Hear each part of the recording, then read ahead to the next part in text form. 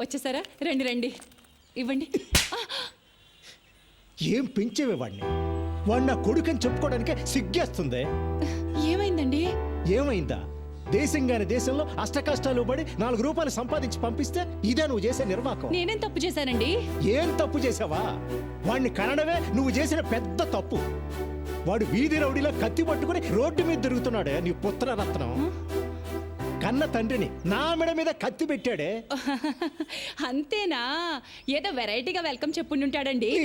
ఏ మూర్తి, నీ కొడుకు దేనికి పనికిరాడు, వాడికి యూస్లెస్ ఫెలో. ఏయ్, ఏంటయ్యా? ఏంటి పెద్ద పుడింగులో వచ్చి మాట్లాడుతున్నావు? ముందెళ్ళి నీ కూతురికి చెప్పుకో. నా కొడుకు కనిపించగానే ఊరికే తిప్పుకుంటూ వచ్చేస్తది. ఏమో నోట్కొచ్చినట్టు మాట్లాడబాకు, నాలుక చీరేస్తా. ఏ సాంబశివరావు, మాటలు తిన్నగా రాని. నా గురించి తెలుసుగా? తెలుసు, అదేదో నీ పిల్లానికి చెప్పు. ఆ? నీ కొడుకుని చూసుకొని తెగరెచ్చిపోతుంది. రెచ్చిపోద్దయ్యా, రెచ్చిపోద్ది. ఏం చేస్తా అంట? వాడు అంతే. ఏ వెళ్ళవయ్యా, మీరు రండి. షబాబా, రండి రండి చెప్తాను. ఇలా కూర్చోండి. ఆ సాంబశివరావుకి మనం అంటే కుళ్ళండి.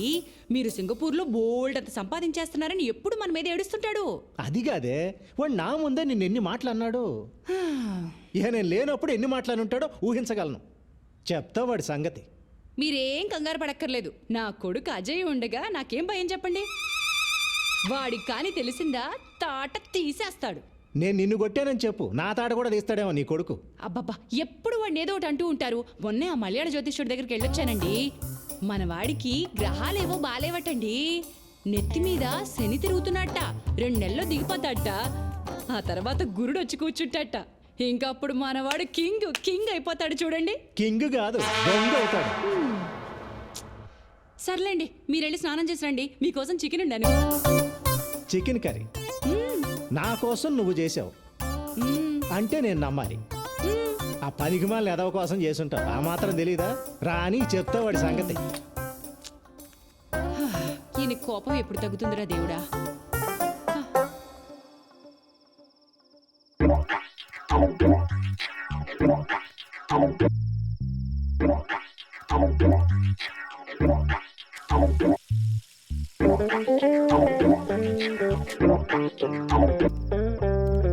దీపు, రామ్మ, టైం అయింది. అమ్మ చికెన్ కర్రీ చేసింది, అదిరిపోద్ది. High chicken.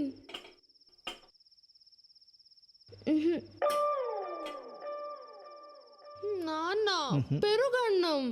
ఉండు, ఇంకా ఉన్నాయిగా. ఆ?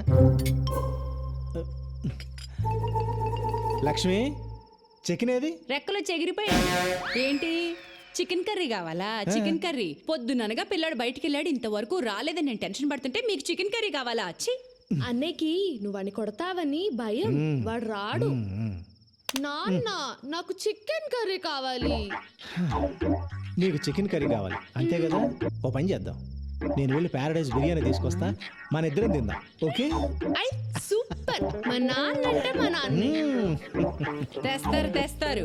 వాడింట్లోకి రాకుండా మీరు బయటికి వెళ్ళి చికెన్ బిర్యానీ తెచ్చుకోండి. నేనేం చేస్తానో నాకు తెలియదు. అది కాదు లక్ష్మి, ఇప్పుడు పర్లేదు నువ్వు వెళ్ళు. ఆ మదర్ ఇండియా ఎప్పుడు ఏదో ఒకటి ఇలా మాట్లాడుతూనే ఉంటుంది. ఒక్కసారి బిర్యానీ కోసం అడుగు బయటికి పెట్టారో మళ్ళీ ఇంట్లోకి వచ్చేది లేదంతే. అది కాదు లక్ష్మి.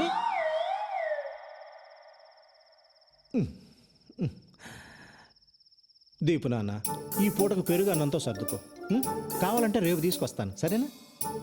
అమ్మ చాలా కోపంగా ఉంది, అందుకని పెరుగు అన్నం తినేద్దామే. వద్దు, నాకు పెరుగన్నం వద్దు, నేను తినా. ప్లీజ్ నాన్న, ప్లీజ్. ఈ ఒక్క పూటగా నాన్న చెప్పినట్టు వినవా? సరే. Good girl. దీపు బంగారం చెప్పినట్టు వింటుంది. అదే ఆ వెధవ ఉన్నాడు, యూజ్లెస్ ఫెలో, ఎప్పుడు చెప్పినట్టు వినడు.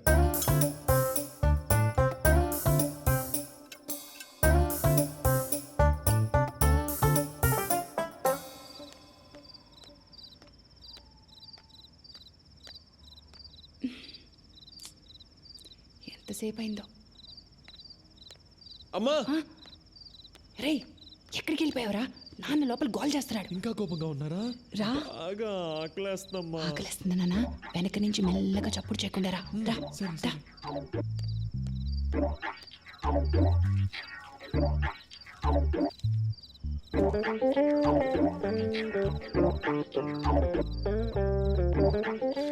అజయ్, చికెన్ కర్రీ తిను.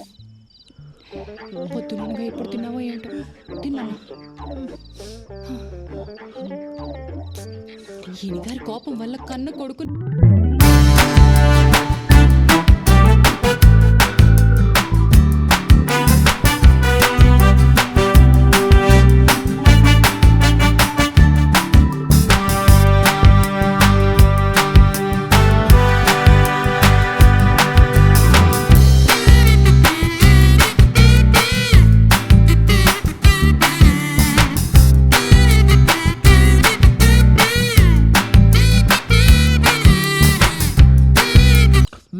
అమ్మా ఫిష్ ఫ్రై సూపర్ అమ్మా. నీకు ఇష్టం కదా ఉంటుందిరా, నాన్న? సూపర్గా ఉంటుంది, సూపర్గానే ఉంటుంది.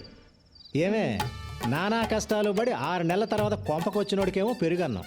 నాన్న నాకు కూడా. అవును, ఆపవే. అడ్డగాడిదలాగా ఊరంతా బాలాదూరు తిరిగి వచ్చినోడికేమో chicken curry fish fry.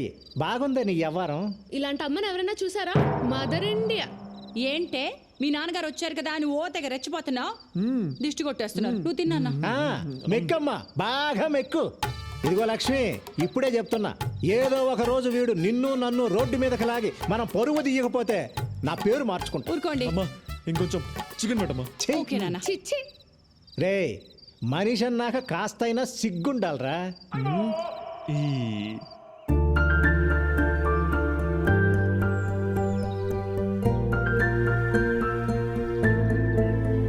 Hi నందు.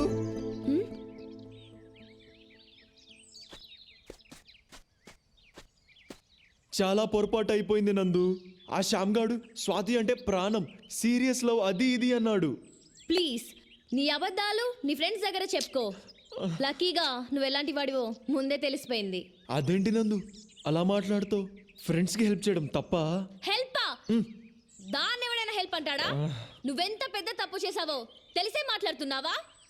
3 ఏళ్లలో స్వాతి మా అన్నయ్య కాబోయే వైఫ్, ఆమె ఫోటోనే మార్క్ చేసావు. ఛా! అన్నయ్య ఎందుకో నిన్ను వదిలేశాడు, లేకపోతే చచ్చిపోయి ఉండేవాడివి. దయచేసి వెళ్ళిపో. నీ సంగతి ఏంటో తెలియదు కానీ నేను మాత్రం చాలా పెద్ద తప్పు చేశా. దయచేసి వెళ్ళిపో. అంటే మన మధ్యలో అంతేనా? ఇంకేం లేదా? ఏమీ లేదు, ఇంతే. Good bye.